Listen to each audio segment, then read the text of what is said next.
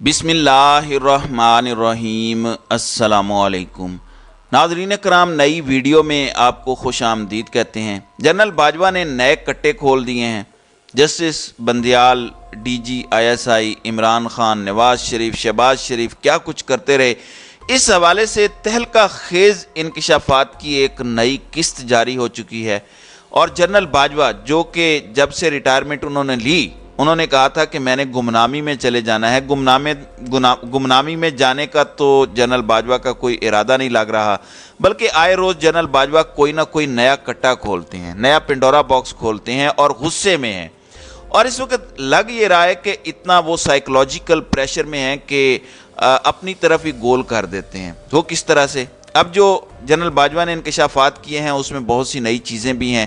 یہ ایک نئی قسط جاری ہوئی ہے اور یہ ابھی پارٹ 2 ہے۔ پارٹ 1 اپنا اثر دکھا چکا ہے، اس میں کچھ اعتراف جرم بھی ہے، اور کس طرح سے جو انکشافات کی سیریز ہے یہ جنرل باجوہ کے اپنے گلے کی ہڈی بن سکتی ہے، میں اس پر بھی آؤں گا۔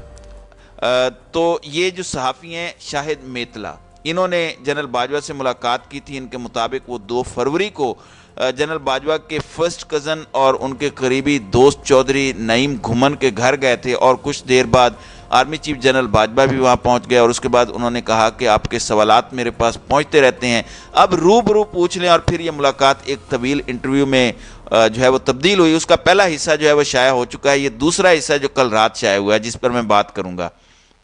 یہ کہتے ہیں کہ میں نے جنرل باجوہ سے پوچھا کہ کیا شہباز شریف نے وزارت عظمیٰ سے استعفیٰ دینے کا فیصلہ کر لیا تھا؟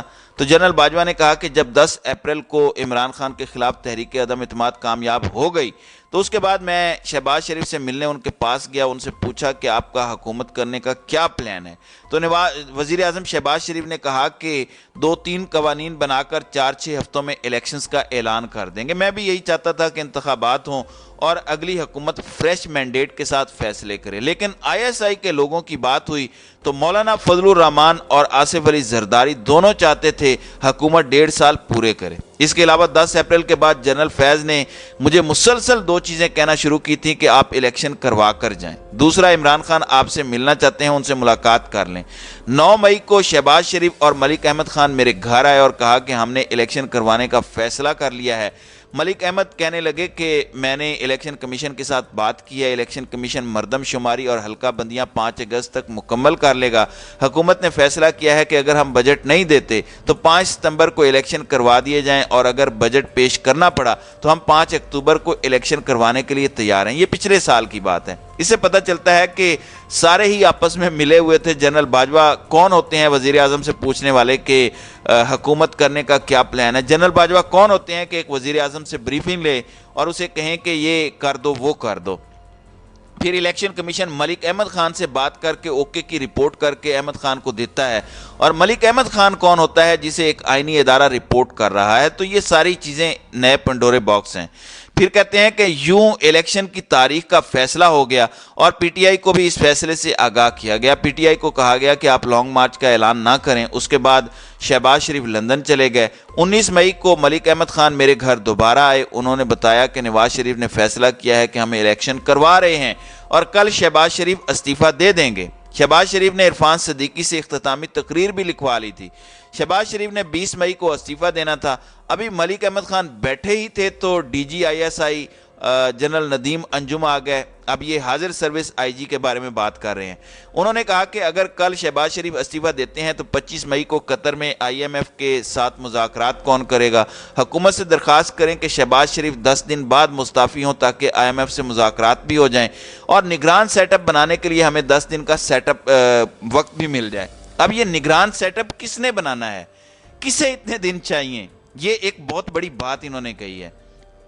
ملک احمد خان نے کہا کہ میاں نواز شریف فیصلہ کر چکے ہیں کہ کل شہباز شریف مستعفی ہوں گے، تو اس سلسلے میں میں ان سے بات نہیں کر سکتا، بہتر ہے کہ آپ بات کریں یا ڈی جی آئی ایس آئی بات کریں۔ میں نے ڈی جی آئی ایس آئی کو کہا کہ نواز شریف سے درخواست کریں کہ وہ 10 دن ہمیں دے دیں۔ ڈی جی آئی ایس آئی نے نواز شریف سے بات کی اور ان کو 10 دن بعد مستعفی ہونے پر منا لیا، یعنی نواز شریف کو ڈی جی آئی ایس آئی منا رہے ہیں اور یہ جنرل باجوہ کمیونیکیٹ کر رہے ہیں۔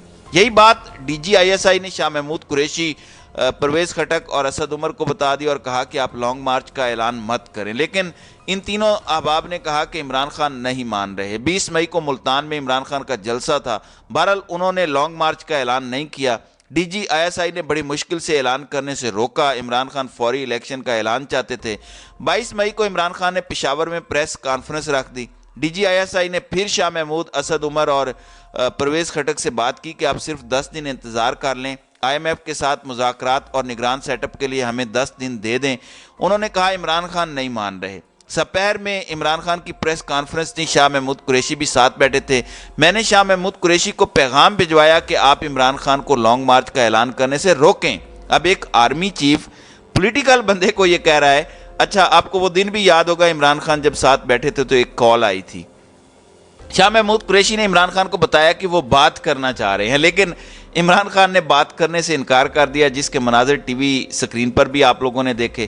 میری طرف سے لانگ مارچ رکوانے کی یہ آخری کوشش تھی۔ عمران خان نے لانگ مارچ کا اعلان کر دیا۔ شام کو لیگی قیادت میرے پاس آئی تو انہوں نے کہا کہ اب ہم عمران خان کا بھرپور مقابلہ کریں گے۔ میں نے پھر بھی اگلے دن خود شاہ محمود قریشی سے بات کی کہ آپ حکومت کے ساتھ بیٹھ کر بات کریں، لیکن انہوں نے کہا کہ عمران خان نہیں مان رہے، وہ فوری شہباز شریف کے استعفے کا اعلان چاہتے ہیں۔ میں نے کہا آپ کے پاس اکثریت نہیں ہے، حکومت تحلیل ہو گئی تو آئی ایم ایف کے ساتھ مذاکرات کون کرے گا؟ جنرل باجوہ کے پاس اس گفتگو کی ویڈیو بھی موجود ہے۔ اب جنرل باجوہ ٹیپ کر رہے تھے جو گفتگو ہے، یعنی ان کی آڈیو موجود ہے۔ لانگ مارچ ناکام ہو گیا۔ لانگ مارچ کے روز میں نے اپنا ہیلی کاپٹر بھیجا جس میں شاہ محمود قریشی، اسد عمر اور دیگر کو اٹھایا اور راجہ پرویز اشرف کے پاس لے آئے۔ ان کے راجہ پرویز اشرف، ایاز صادق اور دیگر کے ساتھ مذاکرات ہوئے۔ پی ٹی آئی کا یک نکاتی نکتہ تھا کہ الیکشن کی تاریخ دیں۔ راجہ پرویز اشرف نے کہا آپ پہلے اسمبلی میں آئے پھر معاملات آگے بڑھاتے ہیں۔ اس طرح یہ مذاکرات ناکام ہو گئے۔ لانگ مارچ روکنے کا سارا انتظام رانا ثناء اللہ کا تھا۔ ہم مکمل نیوٹرل تھے۔ حالت دیکھیں، ہم نے کسی قسم کی مداخلت نہیں کی۔ رانا ثناء اللہ لانگ مارچ روکنے میں کامیاب ہو گئے۔ میں نے پوچھا 17 جولائی کے الیکشن آپ نے پی ٹی آئی کو جتوائے تھے؟ اس پر جنرل باجوہ کہتے ہیں کہ نہیں، ہم کوئی مداخلت نہیں تھی۔ فروری 2021 کے بعد کسی ایک الیکشن میں بھی معمولی گڑبڑ نہیں کی گئی۔ آج ویسے بھی الیکشن کے دن گڑبڑ نہیں ہوتی، الیکشن سے پہلے مینجمنٹ ہوتی ہے، یعنی اب بھی ہوتی ہے۔ عمران خان مقبولیت سے الیکشن جیتے، نون لیگ کے ہارنے کی سب سے بڑی وجہ پی ٹی آئی کے منحرف لوگوں کو ٹکٹ دینا تھا۔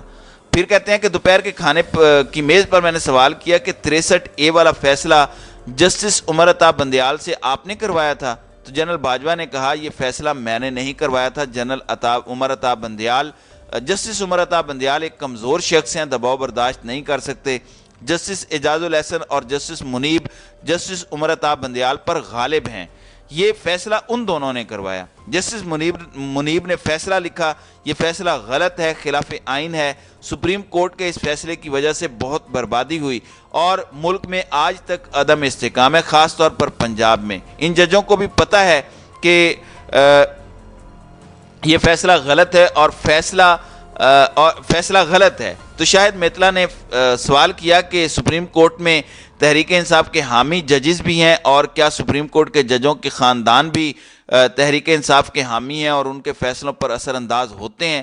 سابق آرمی چیف نے کہا بالکل ایسا ہے۔ کچھ ججز پی ٹی آئی کے حامی ہیں، ججوں کی بیگمات اور ان کے خاندان کے دیگر افراد تحریک انصاف کو پسند کرتے ہیں، یہ بھی ججوں کے فیصلوں پر اثر انداز ہوتے ہیں۔ یہ جنرل باجوہ کہہ رہے ہیں کہ ہمارے ملک میں جج بہت ڈرپوک ہیں، بہت ڈر کے فیصلے کرتے ہیں، ٹک ٹاک سے ڈر کے فیصلے کرتے ہیں۔ تحریک انصاف کے حق میں بھی جج ڈر کے فیصلے دیتے ہیں۔ ٹک ٹاک پہ بے عزتی وائرل ہو تو دباؤ بڑھ جاتا ہے۔ اب یہ ایک بڑی چیز ہے ویسے۔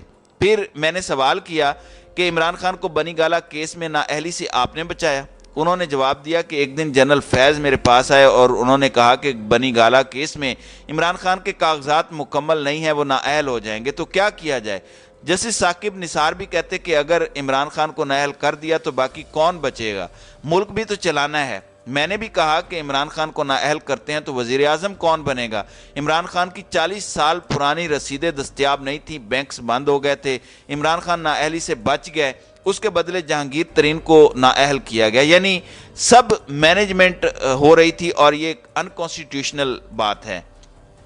پھر میرا سوال تھا کہ اسٹیبلشمنٹ حمزہ شہباز کے وزیر اعلیٰ بننے کے خلاف تھی۔